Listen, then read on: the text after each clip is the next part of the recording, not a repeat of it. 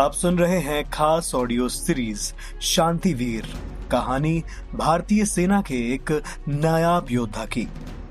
Episode 16, चौतरफा घेराबंदी। रणवीर के पेट में फिर से एक जोरदार मरोड़ा उठा। उससे अपना ये कष्ट सहा नहीं गया। वो गाड़ी से बाहर निकल आया और अपना पेट पकड़कर गाड़ी के सहारे खड़ा हो गया। उसे ऐसा करने से कुछ देर आराम मिला, लेकिन सिर्फ कुछ ही पलों के लिए। पैंट के अंदर उसकी आंतों ने फिर से करवट बदली और उसी के साथ रणवीर ने अपने खड़े होने का अंदाज। गजब मुसीबत में पड़ी थी रणवीर की जान। उसने अपना ध्यान पेट से हटाने के लिए अपनी पॉकेट से एक बबल गम निकाली और उसको चबाकर अपना ध्यान अपनी शर्मिंदा करने वाली परिस्थिति से दूर हटाने की कोशिश करने लगा। जनरल बख्शी और कप्तान वीरेंद्र प्रताप की निगाहें लेकिन उग्रवादियों की गतिविधि पर ही टिकी हुई थी। क्राउन प्रिंस सिटी में लूट का यह तथाकथित हिंसक मामला वास्तव में भारत में होने वाली इसी तरह के डकैतियों के मामले से बिल्कुल अलग था। भारत में एक सक्षम सरकार थी और वहां की लॉ एंड ऑर्डर की कंडीशन काफी दुरुस्त। भारत में दुनिया का सबसे सख्त आर्म्स एक्ट भी लागू था, जिसके तहत लोगों को बंदूक या पिस्तौल खरीदने के लिए कड़े नियमों का पलायन करना पड़ता था।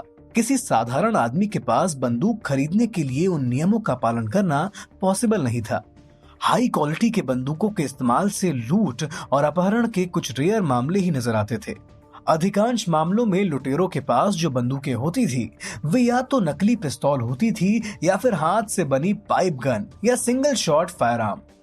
ये छोटी कैलिबर बंदूकें थी और एक बार पुलिस के घटनास्थल में पहुंच जाने के बाद अपराधियों के पास पुलिस बल की अग्नि शक्ति का सामना करने की क्षमता नहीं रहती थी। पुलिस उन्हें आसानी से बातचीत के लिए एक मंच पर ले आती थी, जिसमें लुटेरों के साथ उनकी बंधक को छोड़ने के लिए राजी करने के लिए बातचीत चलाई जाती थी। ज्यादातर मामले में संकट शांतिपूर्वक हल ढूंढने के लिए बहुत सारी बातचीत और मंथन होता था। इस बातचीत के चरण के दौरान एक स्नाइपर या फिर कई विशेष पुलिस अधिकारी उस क्षेत्र में एक सुविधाजनक जगह पर पहुंच जाया करते थे, जहां से वो अपराधियों को स्पष्ट रूप से देख सके और अपराधियों को अपने आधुनिक हथियारों से सटीक निशाने पर ले सकें।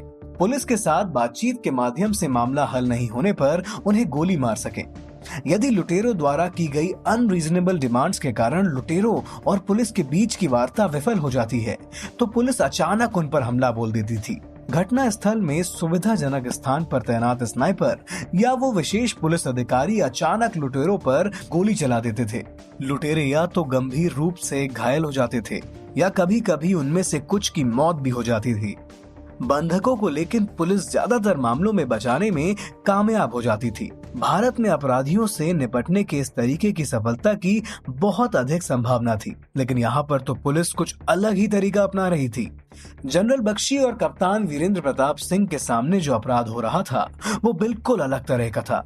अपराधी बड़ी संख्या में थे और आधुनिक हथियारों से लैस थे। सबसे बुरी बात ये थी कि वे छोटे मोटे अपराधी नहीं थे जो पैसे के लिए अपराध कर रहे थे। उनमें से प्रत्येक अपराधी एक विद्रोही था जिसे सैकड़ों लड़ाइयों का अनुभव था। इन आतंकवादियों के लिए लोगों को मारना पशुओं को मारने जैसा था और निर्दोष लोगों को बलि देने का उनका तरीका बहुत क्रूर और निर्दयी था। जनरल बख्शी और कप्तान वीरेंद्र प्रताप निश्चित थे कि वे एक भीषण अपराध का गवाह बनने वाले थे और जो लोग अपराध को संभालने की कोशिश कर रहे थे वे गहरे संकट में थे।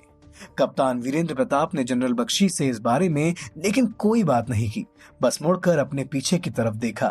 पहले उन्होंने कर्नल पांडे की मनोदशा भांपने की कोशिश की। उन्हें देखकर जैसा उन्होंने एक्सपेक्ट किया था वैसा ही रिएक्शन उनको पांडे जी की शक्ल पर नजर आया। उन महाशय की आंखों में उन्हें थोड़ी उत्सुकता और भारी चिंता के अलावा उन्हें कुछ नजर नहीं आया। कप्तान ने खुद से कहा, जनाब तो एक लॉजिस्टिक ऑफिसर हैं, तो स्वाभाविक सी बात है कि उन्हें सिर्फ रसद और असला बारूद की ही फिक्र है। लोगों की जान बचाने का खतरा उठाने का जोखिम वो नहीं उठाने वाले, जब तक कि जनरल बख्शी उनको ऐसा करने को नहीं कहते। फिर उन्होंने अपने इस अभियान के सुरक्षा आकलन करने वाले एक्सपर्ट रणवीर को देखा। रणवीर गाड़ी का सहारा लेकर बात बात में अपने खड़े रहने की पोजीशन बदल रहा था। कप्तान को उसकी ये हरकतें अजीब सी लगी और उनके चेहरे पर विचलित होने का भाव नजर आने लगा। रणवीर की निगाह भी कप्तान की तरफ पड़ी और उसने पाया कि वो उसकी तरफ ही देख रहे हैं। एक पल के लिए तो वो झेप गया, लेकिन फिर तुरंत उसकी नजर ऑफिसर नाइल्स पर भी पड़ी, जो अपनी गाड़ी से जस्ट उतरा ही था। रणवीर ने कप्तान का ध्यान अपने पर से हटाने के लिए ऑफिसर नील्स की तरफ इशारा करते हुए कहा, सर उधर देखिए, यहाँ पुलिस भी पहुंच चुकी है और उनका लीड ऑफिसर भी। उनके दल में काफी सारे लोग हैं और उनके हथियार भी काफी आधुनिक हैं। लगता है कि बड़ी एक्साइटिंग लड़ाई छिड़ने वाली है यहाँ।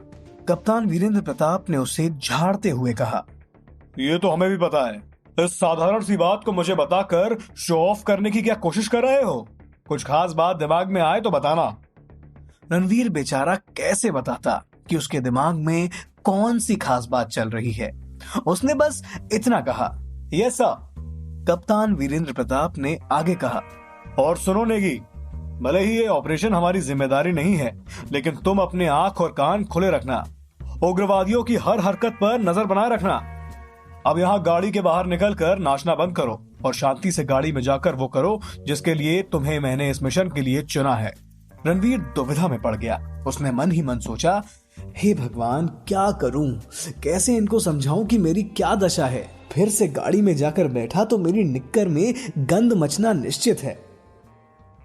कप्तान ने रणवीर से कड़क आवाज में कहा, अब यहाँ खड़े खड़े क्या सोच रहे हो नेगी? अपने ध्यान को भटकने मत दो। इमीडिएटली जाकर गाड़ी में बैठकर अपना काम शुरू करो सब इंस्पेक्टर। तुम्हें यहाँ मौजूद हमारी टीम में सबसे ज्यादा काम है। ये जगह नई है और यहाँ के पुलिस के काम करने के तरीके भी जुदा हैं। मुझे इनके काम करने के तरीकों के बारे में बारीकी से डिटेल्स चाहिए होंगी तुमसे।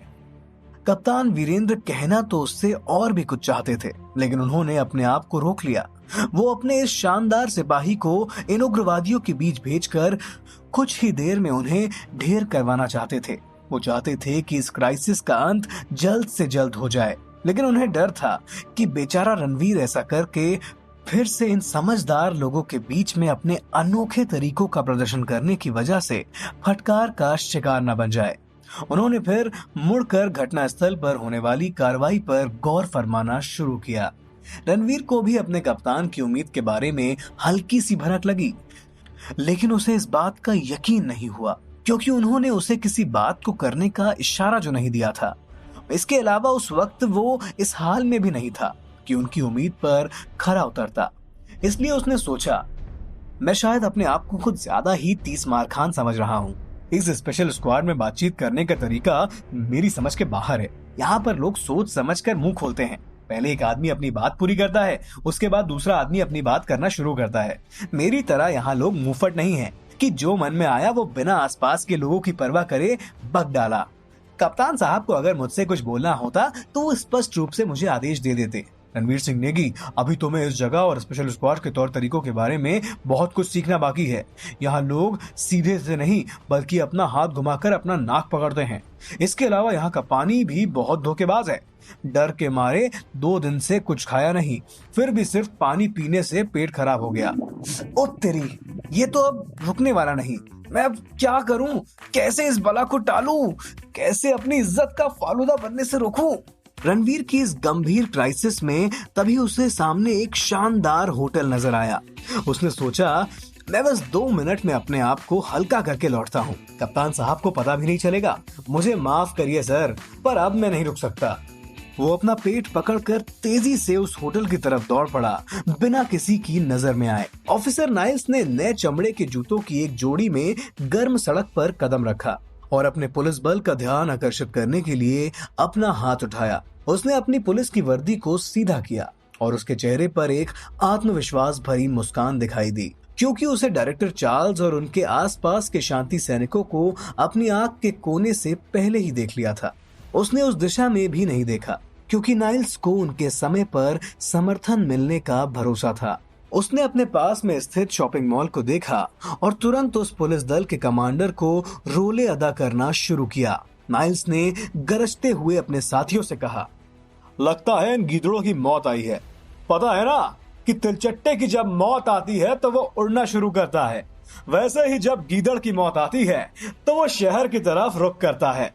नील्स के जोर से गरजने का एक कारण और भी था। वो चाहता था कि उसकी आवाज मॉल के अंदर मौजूद तत्पुंजीय मुजरिमों के कानों तक भी पहुंचे। उसे लगा था कि वो उसकी इन धमकियों से घबरा जाएंगे और सरेंडर करके बाहर निकल आएंगे। उसे अभी तक नहीं पता था कि अंदर डार्क स्टारलाइट की विद्रोही सेना के उपद्रवी मौजूद थे।